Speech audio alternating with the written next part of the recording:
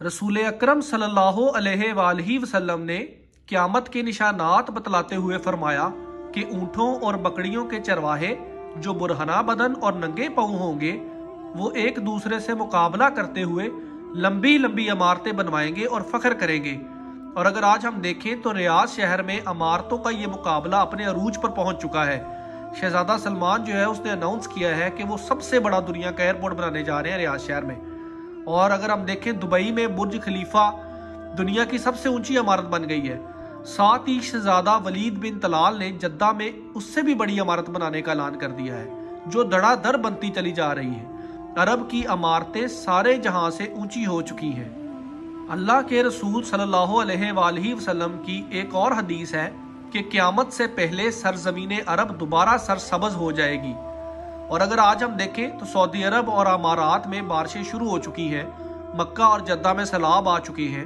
अरब सरजमीन जिसे पहले ही जदीद टेक्नोलॉजी को काम में लाकर सरसब्ज बनाने की कोशिश की गई है वो कुदरती मौसम की वजह से भी सरसब्ज बनने जा रही है। सऊदी अरब गंदम में पहले ही खुद कफील हो चुका है। अब वहाँ खुश्क पहाड़ों पर बारिशों की वजह से सब्जा उगना शुरू हो चुका है। ये रिसेंटली जो हरमैन शरीफ है उनका ऑफिशियल पेज है वहाँ पे उन्होंने पिक्चर्स अपलोड की हैं कि जो अरब के पहाड़ हैं वो सरसब्ज हो चुके हैं। और अभी बिल्कुल रिसेंटली गारे हिरा जो है उसके पहाड़ भी जो है वो हरे यानी सरसब्ज हो चुकी है। अगर अहादीस पर गौर करें तो मशरक़े वुस्ता यानी मिडल ईस्ट के जवाल का आगाज मुल्क शाम से शुरू हुआ। लेकिन शायद अरब हुक्मरान या तो यहूदो निसारा की चाल समझ ना सके या बेरुखी इख्तियार की। लेकिन वजह जो भी हो या ना हो सरकार दो आलम सल्लल्लाहु अलैहि वसल्लम की बताई हुई अलामात को तो ज़ाहिर होना ही था। चुनाचे हदीस पाक में इरशाद है कि आका करीम सल्लल्लाहु अलैहि वसल्लम ने फरमाया जब अहले शाम तबाही और बर्बादी का शिकार हो जाएं तो फिर तुम में कोई खैर बाकी ना रहेगी। अब जबकि 5 साल खून रेजी में 8 लाख बेगुनाह बच्चे बूढ़े औरतें शहीद और लातादाद दूसरे मुल्क की सरहदों पर जिंदगी की भीख मांगते हुए शहीद हो रहे हैं और इतने ही तादाद में जख्मी या मजूर हो चुके, लिहाजा शाम मुकम्मल तबाही के बाद अब नज़ा की हालत में है। इस हदीस के हिसाब से अरब मुबालक के सुनहरे दौर के खात्मे की अहम वजह मुल्क शाम के मौजूदा हालात है।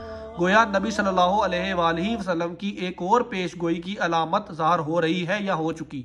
याद रखें मुल्क शाम के मुतल्लिक इसराइल, रूस और अमेरिका जो भी झूठे बहाने बनाए लेकिन इन सब का असल हदफ जजीरतुल अरब है, क्योंकि कुफार का अकीदा है कि दज्जाल मसीहा है।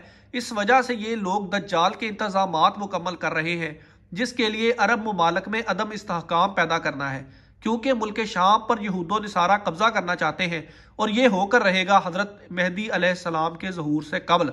चुनाचे किताब फतन में है कि आखिरी ज़माने में जब मुसलमान हर तरफ से मगलूब हो जाएंगे, मुसलसल जंगें होंगी, शाम में भी ईसाइयों की हुकूमत कायम हो जाएगी।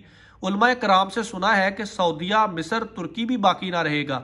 हर जगह कुफार के मुजालिम बढ़ जाएंगे। उम्मत आपसी खाना जंगी का शिकार रहेगी। अरब खलीजी मुमालक यानी सऊदी अरब वगैरह में भी मुसलमानों की बाकायदा पुरशौकत हुकूमत नहीं रहेगी।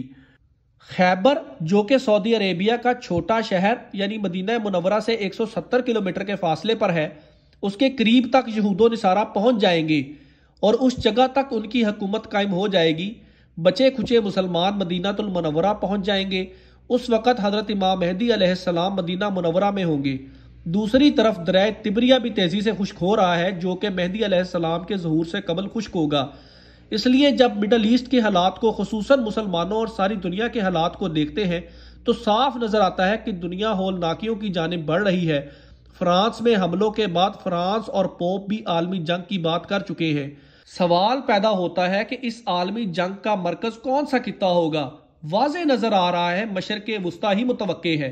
यहाँ भी जो इंडो पाक की रंजिशें और कशमकश के बढ़ते हालात से भी लगता है कि गज़वा हिंद की तरफ हालात जो है वो जा रहे हैं, क्योंकि हज़रत अबू हुरैरा से रवायत है कि नबी अकरम सल्लल्लाहु अलैहि वसल्लम ने इरशाद फरमाया मेरी कौम का एक लश्कर वक्त आखिर के नज़दीक हिंद पर चढ़ाई करेगा और अल्लाह उस लश्कर को फतह नसीब करेगा, यहाँ तक कि वो हिंद के हुक्मरानों को बेड़ियों में जकड़ कर लाएंगे। अल्लाह उस लश्कर के तमाम गुनाह माफ़ कर देगा, फिर वो लश्कर वापस रुख करेगा और शाम में मौजूद ईसा इब्ने मरियम अलैहिस्सलाम के साथ जाकर मिल जाएगा।